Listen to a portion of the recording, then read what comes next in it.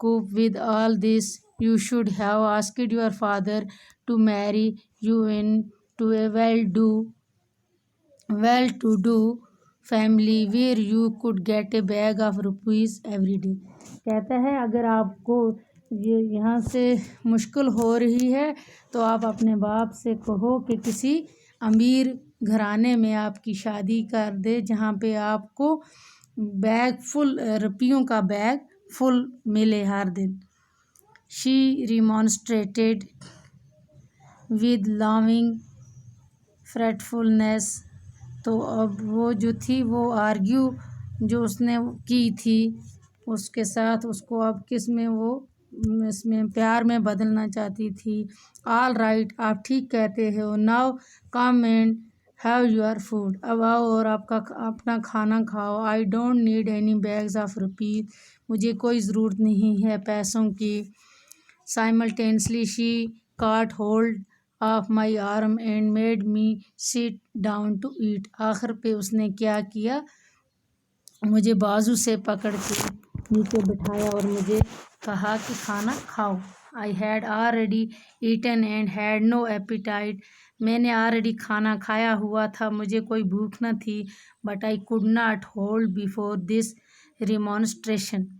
لیکن میں اس جو آرگیو تھی اس کو یعنی کہ میں I could not hold before this remonstration میں اس کو نہیں کنٹرول رکھ سکتا تھا. My fortification had been breached. اب جو میرا جو یہ ڈیفینس جو میں اپنا کر رہا تھا وہ اب کیا ہو گیا ٹوٹ گیا. I washed my hand and broke a morsel of chapati. تو کہتا ہے میں نے اپنے ہاتھ دھوئے اور ایک وہاں سے ایک ٹکڑا چپاتی سے توڑا. She seated herself close by and began fanning me with a hand fan. تو وہ میرے نزدیک بیٹھ کی اور ہاتھ سے مجھے وہ پنکھا جلا رہی تھی. I dipped the morsel in the vegetable curry and looked at her. تو میں نے وہ روٹی کا ٹکڑا جو تھا وہ اس میں ویجیٹیبل کری میں ڈپ کیا اور اس کی طرف دیکھا. She appeared to me like the incarnation of Sita. تو مجھے لگا جیسے کہ وہ سیتا جیسی لگی مجھے. My hand holding the morsel automatically moved towards her mouth instead of mine.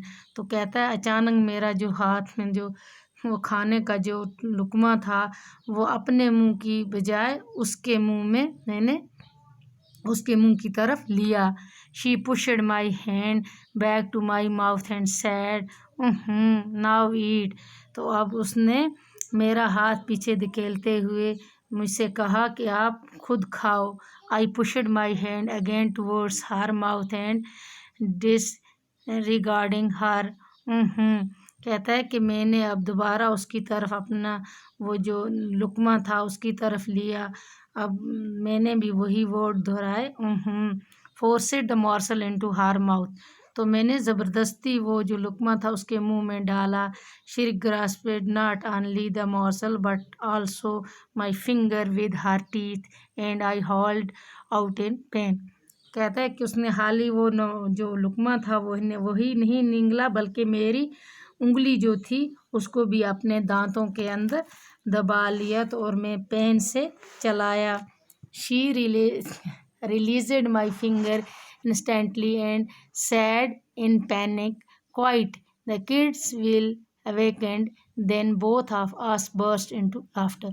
تو اس نے میری انگلی چھوڑتے ہوئے درد بھری آواز سے کہا کوائٹ خاموش ہو جاؤ. The kids will be awakened. بچے جاگ جائیں گے. Then both of us burst into laughter. اب دونوں ہم جو تھے وہ ہنسنے لگے.